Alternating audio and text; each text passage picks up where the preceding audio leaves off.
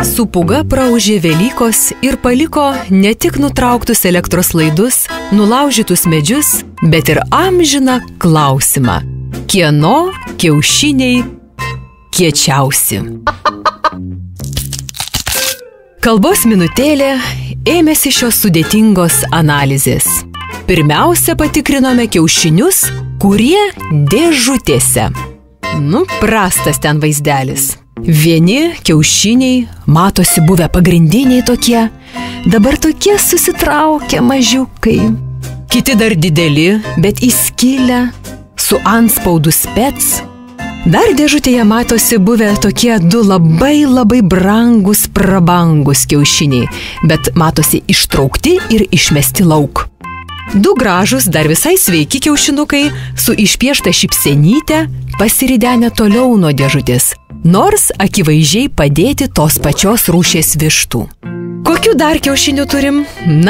Valstietiškų, iš pažiūros kietų, labai ekologiškų, bet per juos su džipu pervažiuota matosi, tai oi kritusi vertė.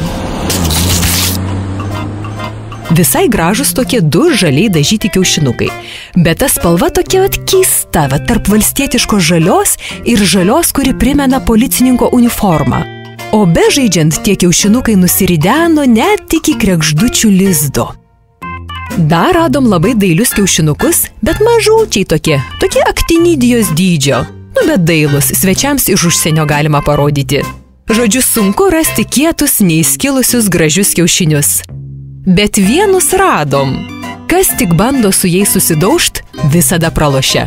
O jie vis tvirti ir gražus, ir nors tu ką. Tokios karališkos mėlynos spalvos. Bet tiek to, neatskleisim kieno tie kiečiausi kiaušiniai, nes galingiesiems vyrams bus kažkaip labai nesmagu išgirst, kad tvirčiausių kiaušinių šeimininkė tai moteris.